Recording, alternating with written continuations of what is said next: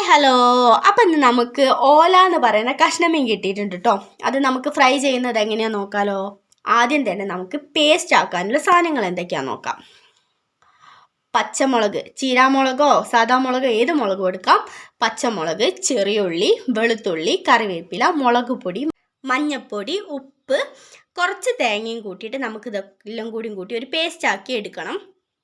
അങ്ങനെ പേസ്റ്റ് ആക്കാൻ വേണ്ടിയിട്ട് ഞാൻ ജാറെടുത്തു. ജാറിലേക്ക് ഞാൻ തേങ്ങ ഇട്ടു, പച്ചമുളക്, വെളുത്തുള്ളി, ചെറിയുള്ളി എല്ലാം ഇട്ടു, കറിവേപ്പില എല്ലാം ഇട്ടു, മുളക് പൊടി, മഞ്ഞൾപ്പൊടി എല്ലാം ഇട്ടു. ഇനി ഇത് ഒന്ന് പേസ്റ്റ് ആക്കിയിട്ട് എടുക്കണം നമുക്ക്. അങ്ങനെ നമ്മളെ മസാലയായി. ഇനി നമുക്ക് മീനിലേക്ക് നല്ലോണം തേച്ച് പിടിപ്പിക്കാം. മസാല എല്ലാ ഭാഗത്തും നല്ലോണം മിക്സ് ചെയ്ത് വെക്കാം നമുക്ക്. അപ്പം നല്ലോണം മിക്സ് ആക്കിയിട്ട് നമുക്ക് കാണാം. അങ്ങനെ നമ്മൾ മീനിൽ മസാലയൊക്കെ തേച്ച് വെച്ചു. ഇനി കുറച്ച് നേരം മസാലയൊക്കെ ഒന്ന് പിടിക്കാൻ വേണ്ടിയിട്ട് നമുക്ക് മാറ്റി വെക്കാം. എന്നിട്ടും മീൻ ഫ്രൈ ചെയ്തെടുക്കാം. അങ്ങനെ മീനിൽ നല്ലോണം മസാലയൊക്കെ പിടിച്ചിട്ടോ.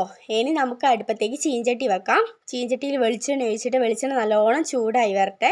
എന്നിട്ട് നമുക്ക് ഓരോ മീനും ഇട്ട് കൊടുക്കാം. അങ്ങനെ വെളിച്ചെണ്ണ ചൂടായി മീൻ നമ്മൾ ഓരോന്നായിട്ട് ഇട്ട് കൊടുത്തു.